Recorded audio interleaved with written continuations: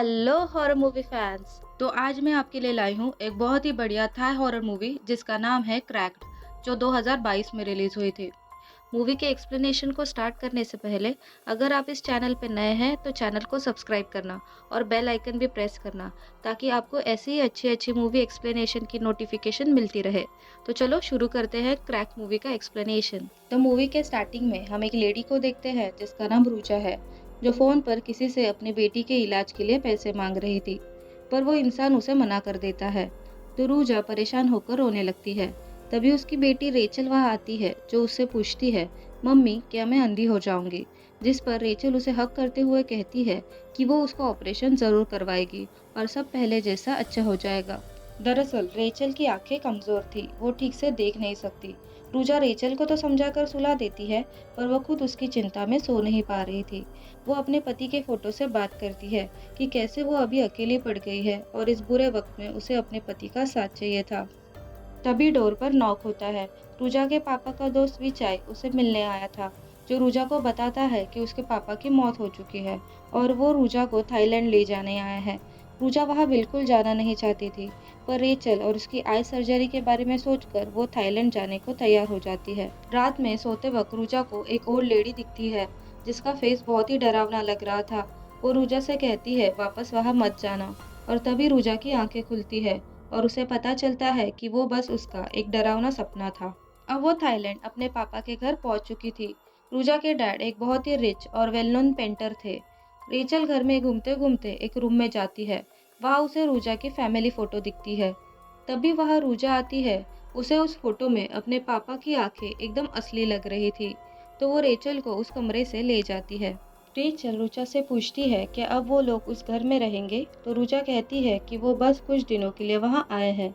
तभी वहां एक लेडी दा आती है, जो इस घर में बहुत टाइम से काम कर रही है और उसी ने रूचा को बचपन से संभाला था। तभी वाईचा वहां आता है और रूजा को अपने साथ स्टूडियो चलने कहता है। तो वो दा को रेचल को संभालने का बोलकर वाईचाई के साथ अपने डैड के स्टूडियो जाती है। वहां पहुंचने पर रूजा के चेहरे पर हम डर साफ देख पाते हैं। यहाँ हम व्यूअर समझ पाते हैं कि रूजा का इस प्लेस और घर से कुछ बुरा पास जुड़ा है। इसके बारे में हम आगे जानेंगे। अंदर जाने पर वाईचाई उसे दो पेंटिंग दिखाता है, जो रूजा के पापा ने 20 साल पहले बनाई थी। पेंटिंग को देखकर रूजा को वो मुंह होते दिखती है, जिससे वो बहुत डर जाती है, पर वो उसका एक वहम था। वाईचाई उसे बताता है कि उसमें से एक पेंटिंग उसके पापा के एक फैन ने करोड़ों में खरीदी थी, पर वो पेंटिंग वहां वापस भेज दी गई, क्योंकि उस पेंटिंग के ओनर ने अपने परिवार के साथ फांसी लगाकर सुसाइड कर लिया।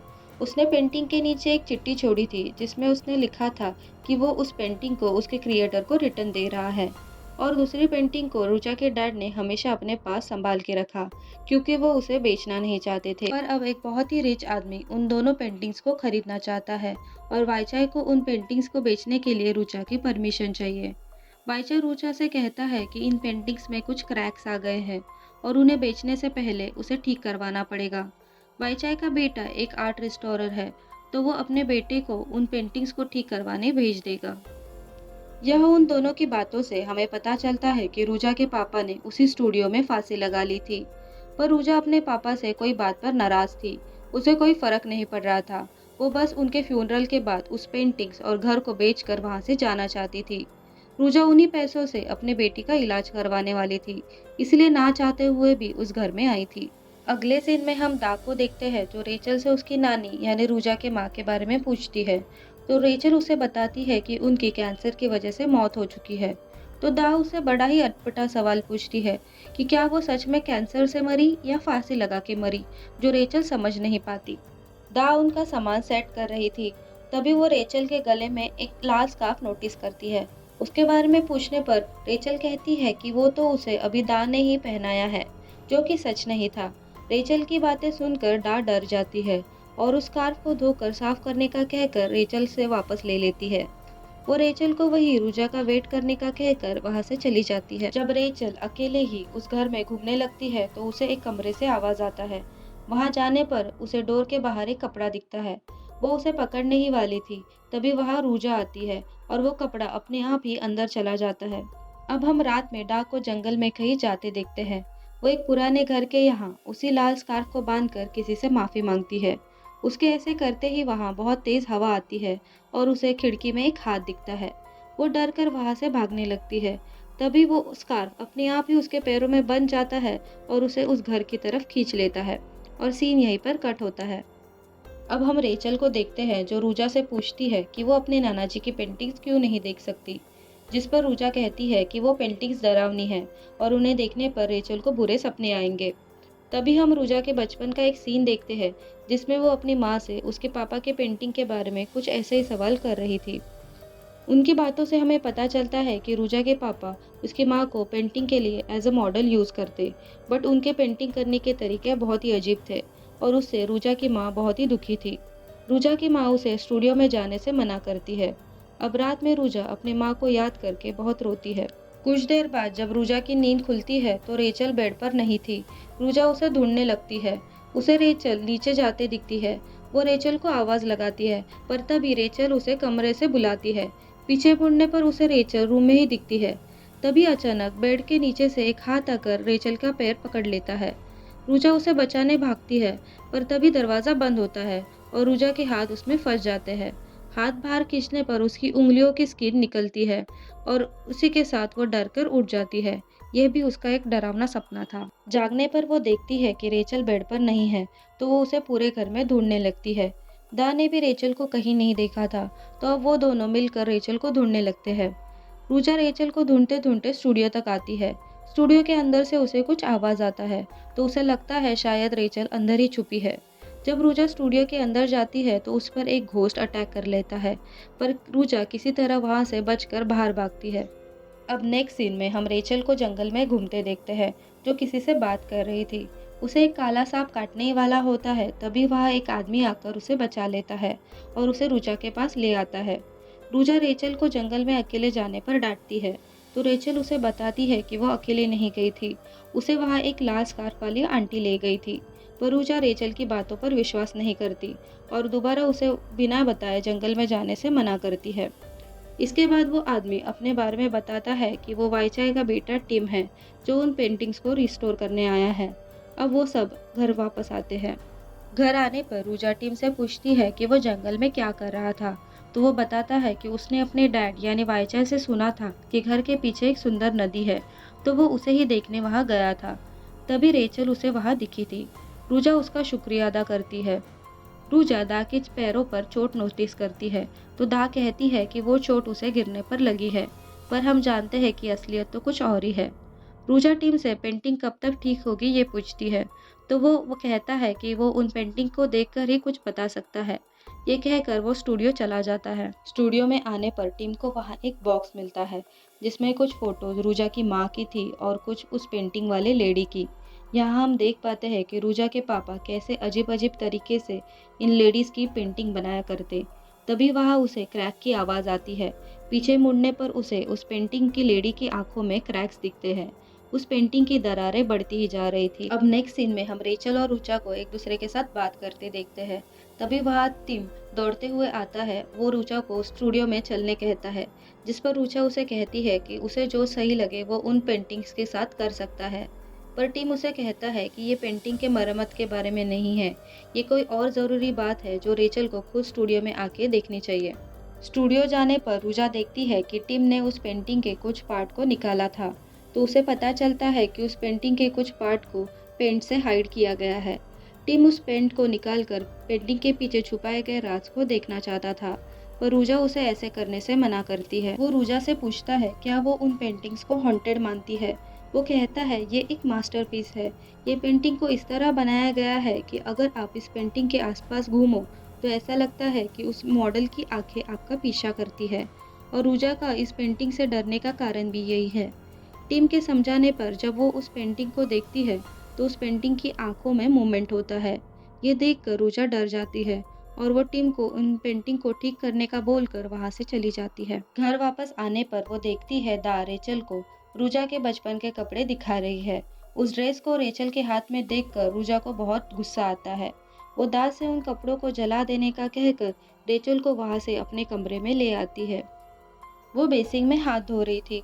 तभी हमें उसके पास का एक इंसिडेंट दिखाया जाता है, जिसमें वो वही घर के सामने खड़ी थी जहां दा ने उस लाल स्कार्फ को बांधा था। छोटी रूजा ने तभी वही वाइट ड्रेस पहना था जो दा रेचल को दिखा रही थी। रूजा को वहाँ उसकी पेंटिंग मिलती है और उस पर ऊपर से ब्लड गिरता है। जैसे ही वो ऊपर देखती है तो उसे घर के छत पर एक काला सांप मरा हुआ दिखता है और अचानक प्रेजेंट टाइम में भी वही सांप उसे बेसिंग के यहाँ दिखता है। वो डर कर पीछे हो जाती है, पर अभी वहाँ पर कुछ नहीं होता। ये भी उसका एक हेलुसिनेशन था। तभी उसे रेचल के चिल्लाने की आवाज़ आती है। रूजा के पूछने पर वो कहती है कि बेड के नीचे कोई है। नीचे झुकने पर उसे भी किसी के पैर दिखते हैं और अचानक पूरे कमरे में अंधेरा हो जाता है। रूजा को एक डरावनी औरत रेचल को गोद में लिए दिखती है, जिसने रेचल की आंखें निकाल ली थी और रेचल चिल्ला रही थी कि उसे कुछ नहीं दिख रहा। तभी रूजा के पीछे से वही रेड स्कार्फ आकर उसके गले में फंस जाता है और उसे सफोकेट करने की कोशिश करता है। रूजा खुद को किसी तरह से उससे छुड़ाकर रेचल को लेकर उस कमरे से बाहर भागती है। बाहर उसे टिम मिलता है, तो रूजा उसे उस जगह से निकलने के लिए मदद मांगती है, पर बाहर मौसम बहुत खराब हो चुका था, तो अभी वहां से कहीं भी जाना पॉसिबल नहीं था। रूजा बहुत डर चुकी थी, तो टिम उसे शांत करके उसके लिए चाय बना के ले आता है। वो रेचल को एक एंकलेट पहनाता है। वो उससे कहता है कि उस एंकलेट की आवाज से सारे शैतान उससे दूर भागेंगे। अब रात में रूजा को फिर से एक बुरा सपना आता है। जब उसकी आंखें खुलती है तो बाहर का मौसम ठीक हो गया था। वो रेचल को लेकर टिम को ढूंढने लगती है ताकि वो उस जगह से निकल जाए। उसे टिम स्टूडियो में एक पेंटिंग के पास दिखता है। रूजा टिम को बाहर से ही आवाज लगाती है, तो वो उसे कुछ दिखाने के लिए अंदर बुलाता है। ना चाहते हुए भी वो अंदर जाती है। रूजा नहीं चाहती थी कि रेचल उन पेंटिंग्स को देखे, तो वो उसे पेंटिंग्स ना देखने का बोलकर एक चेयर पर बिठा देती है। रूजा देखती है कि उसके मना करने के बाद भी टिम ने उस पेंटिंग के लेयर को हटा दिया था। उस लेयर के पीछे एक आदमी का चेहरा होता है। उनकी बातों से हमें पता चलता है कि वो उस पेंटिंग का ओनर है जिसने फांसी लगाकर सुसाइड किया था। टिम उस पेंटिंग के लेयर को और निकालकर उस पेंटिंग के राज को जानना चाहता था, पर रूजा उस पर गुस्सा करते हुए बोलती है कि उसे इस सब से कोई लेना देना नहीं है। वो अभी के अभी अपनी बेटी के साथ वहाँ से निकल जाना चाहती है। तो टिम उसकी बात मानते हुए अपनी गाड़ी से उन दोनों को वहाँ से ले जाता है, पर रास्ते में उनकी गाड़ी खराब हो जाती है। तभी हम रेचल को देखते हैं, जिसे विंडो के बाहर एक शैडो दिखता है जो उसी के तरफ आ रहा था। और अचानक एक डरावना फेस रेचल के विंडो पर टकराता है और वो चिल्लाती है। जब रूजा पीछे देखती है तो अब रेचल गाड़ी में नहीं थी। टिम और रूजा उसे मिलकर जंगल में ढूंढने जाते हैं। तभी उन्हें रेचल की एंकलेट की आवाज़ सुनाई देती है। रूजा उस आवाज़ का पीछा करते हुए उसे ढूंढने जाती है। तभी अचानक वही रेड स्कार्फ रूजा के पैर में अटक कर उसे खींचकर उसी पुराने घर तक ले जाता है। अंदर जाने पर उसे वहाँ एक लड़की की डरावनी पेंटिंग दिखती है और तभी उसे जंगल से रेचल की आवाज़ आती है। उसका पीछा करते हुए वो एक गड्ढे तक पहुँचती है जहाँ दा रेचल को पकड़े खड़ी थी। दा उससे कहती है कि उसे ना चाहते हुए भी रेचल को मारना ही होगा। तब हम पास का एक सीन देखते हैं जिसमें एक स्पिरिट ने दा को रेचल और रूजा को मारने कहा था। रूजा के बहुत रिक्वेस्ट करने पर दा उससे कहती है अगर वो उस गड्ढे में कूद जाए तो वो रेचल को छोड़ देगी। दा कहती है कि उसे रेचल और रूजा को मारना ही होगा, उसके पास कोई चॉइस ही नहीं है। ये कहकर वो रेचल को नीचे धक्का देने ही वाली होती है, तभी टीम पीछे से आकर दा पर हमला करता है। दा की उसी गड्ढे में गिरकर मौत हो जाती है और टिम रेचल को बचा लेता है। अब वो तीनों स्टूडियो में आते हैं। रूजा एक चाकू लेकर उन पेंटिंग्स को डिस्ट्रॉय करने जाती है, पर टिम उसे रोक लेता है। तभी उन्हें पीछे से रेचल की आवाज़ आती है। वो अभी पोजेस हो चुकी थी। वो किसी और ही आवाज़ में रूजा से कहती है, क्या इस पेंटिंग को डिस्ट्रॉय करके तुम्हें लगता है तुम बच जाओगी? तुम्हारे परिवार के पापों की सज़ा तुम्हें भी मिलेगी। और तभी वो दोनों पेंटिंग के क्रैक्स बढ़ने लगते हैं और उसके टुकड़े टिम और रूजा पर उड़कर आते हैं। रेचल पोजेस होकर रूजा पर हमला कर देती है। जब टिम उसे बचाने जाता है तो वो उसे भी धक्का देकर दूर फेंक देती है। रूजा अपने आप को किसी तरह से बचा लेती है। अब रेचल बेहोश हो चुकी थी, तो रूजा उसे पकड़कर रोने लगती है। जब टिम को होश आता है, वो दोनों देखते हैं कि अब उस पेंटिंग की लेयर निकल चुकी है और उसमें छुपाया गया राज बाहर आ गया था। तभी अचानक उस पेंटिंग की मॉडल बाहर आकर उन दोनों पर हमला कर देती है और सारे कमरे की लाइट फ्लिकर हो रही थी। वो उन दोनों को हॉन्ट करने लगती है। अब वो औरत अचानक टिम के पीछे से आकर रूजा को डराती है। तभी वहाँ वाईचाय आकर रूजा को संभालता है। रूजा उसे और अपनी बेटी रेचल को बचाने को कहती है। और तभी अचानक टिम वहां आकर वाईचाई पर हमला करता है और स्क्रीन ब्लैकआउट होती है। तो गाइस यहाँ आता है मूवी का माइंड ब्लोइंग ट्विस्ट। फिर हम देखते हैं टिम ने रेचल, रूजा और वाईचाई को बांध के रखा है। टिम वाईचाई के पास जाकर उसे उस पेंटिंग की असलियत बताने को कहता है और यहाँ से हम फ्लैशबैक देखते हैं। यहाँ मूवी का मेन प्लॉट रिवील होगा। अब हम उस पेंटिंग की लेडी को देखते हैं जिसका नाम प्रांग था। वो रूजा के पापा की फेवरेट मॉडल थी। प्रांग उनसे बहुत प्यार करती थी और उनके लिए कुछ भी करने के लिए तैयार थी। हादसे वाली रात रूजा के पापा ने एक पार्टी रखी थी जिसमें वो अपने दो दोस्त और वाईचाई को प्रांग के साथ पेंटिंग के लिए पोज करने बोलते हैं। पर पेंटिंग पूरी होने पर वो उन दोस्तों को पेंट की लेयर से छुपा देते हैं। उनका एक दोस्त वो पेंटिंग खरीद लेता है और यहाँ हमें पता चलता है कि उस पेंटिंग ओनर ने सुसाइड नहीं किया है, बल्कि टिम ने ही उसे और उसके परिवार को मारा था। टिम वाईचाई को भी मार देता है। वो रूजा को बताता है कि वो टिम नहीं है, उसने असली टिम को भी मार दिया था। और यहाँ हमें टिम की असलियत पता चलती है। वो दरअसल प्रांग का लड़का वोराकॉन था। उसने अपनी माँ पर हर रोज होता टॉर्चर देखा था, पर वो कुछ कर ना सका। बचपन में रूजा और वोराकॉन अच्छे दोस्त थे। वोराकॉन को पेंटिंग बनाने का बहुत शौक था। वो एक दिन रूजा की पेंटिंग भी बनाता है। जब रूजा उस पेंटिंग को अपने माँ को दिखाती है तो वो उस पर गुस्सा करके प्रांग और उसके बेटे से दूर रहने को कहती है। रूजा की माँ को प्रांग और उसके पति के अफेयर के बारे में पता चल गया था, तो वो दाग को एक मांत्रिक के साथ प्रांग के घर भेजती है। वो मांत्रिक बहुत सारे मरे हुए सांपों को हाथ में लेकर उन पर कुछ मंत्र बोलकर प्रांग के घर पर फेंक देता है। वो वही सांप थे जो रूजा ने घर के छत से गिरते देखे थे। नेक्स्ट सीन में हम रूजा के पापा को देखते हैं जो प्रांग को फांसी से लटका देते हैं। प्रांग का दम घुट रहा था, वो सफोकेट हो रही थी, पर रूजा के पापा पागलों की तरह उसकी पेंटिंग बना रहे थे। ये सब छोटी रूजा और वोराकॉन ने देखा था। वोराकॉन उसे बचाने भागता है। वो रूजा के पापा से भी अपनी माँ को बचाने के लिए मदद मांगता है, पर उन पर तो इसका कोई फर्क ही नहीं पड़ रहा था। वो रूजा की भी मदद मांगता है, पर वो ये सब देखकर शॉक हो गई थी। तभी वहाँ रूजा की माँ आती है, पर वो ये सब देखकर भी उनकी मदद किए बिना ही रूजा को उस घर से ले जाती है। प्रांग के मरने के बाद वाईचाई और दा मिलकर उसे और वोराकॉन को उसी गड्ढे में फेंक देते हैं, पर वोराकॉन बच जाता है और अब वो इन सब से बदला लेने आया है। अब सीन फिर से प्रेजेंट में आता है, जहाँ वोराकॉन रूजा को कहता है कि वो रेचल को मार देगा, ताकि रूजा भी समझ पाए जब अपना कोई तड़प तड़प के मरता है और हम कुछ नहीं कर सकते तो कैसा फील होता है। रूजा उसे अपनी गलती के लिए माफी मांगती है और रेचल के बदले उसे मारने को कहती है। वोराकॉन अपने बैग से गन लेने जाता है तो उसे एक सांप काट लेता है, जो दा ने ही उसके बैग में रखा था। दरअसल वो वाईचाई के बेटे असली टिम को मारना चाहती थी, पर गलती से वो प्रांग के बेटे को ही काट लेता है। वोराकॉन उस सांप पर गोलियां चलाने लगता है। उसी वक्त में रूजा अपने आप को छुड़ा लेती है।